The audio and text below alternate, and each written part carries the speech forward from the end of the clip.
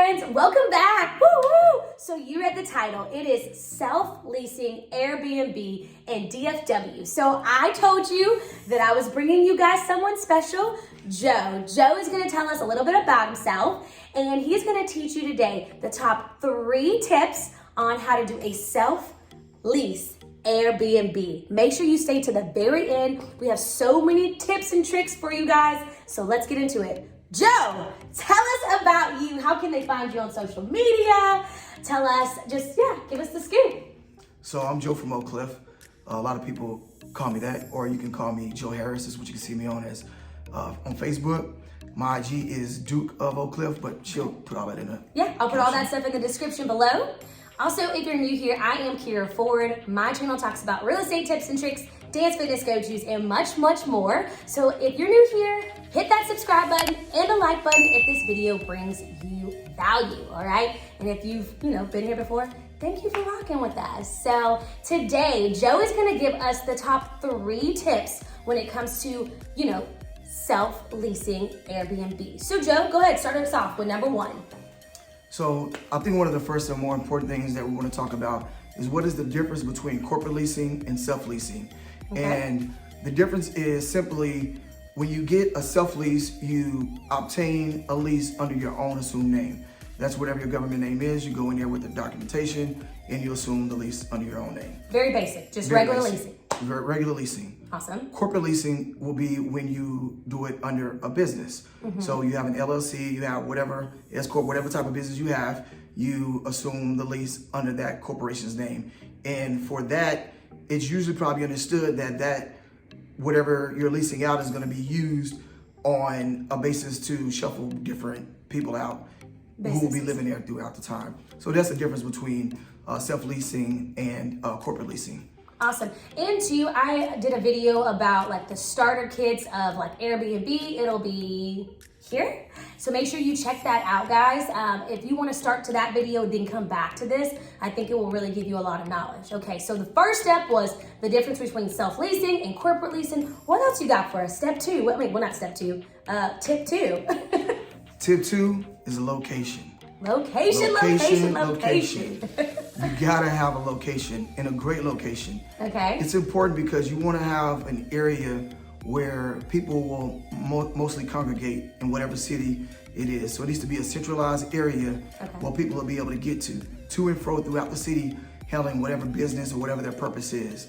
And you want it to be typically in a more happening area, an area that's drawing a lot of attention to attractions, drawing a lot of attention to conferences. Yeah, I guess stadiums. Yeah, I was gonna say Big universities. Yeah.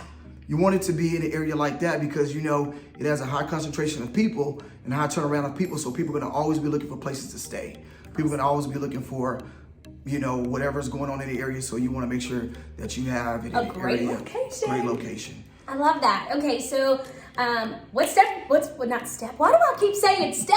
This is how you know I be saying step 1, step 2, step 3. She's a dancer. I know. It's in her. It's in me. So what is tip number 3? Lay it on us.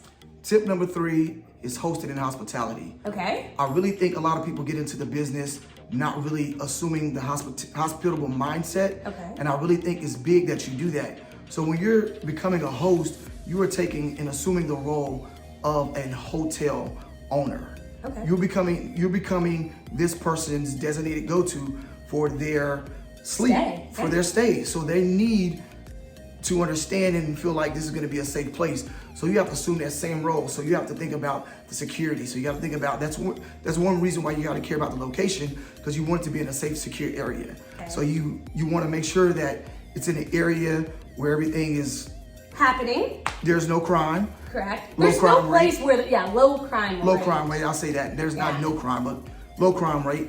So people feel comfortable. Mm-hmm. And if you have things like that in order, that'll start you on the path to having a great hospitable stay for people.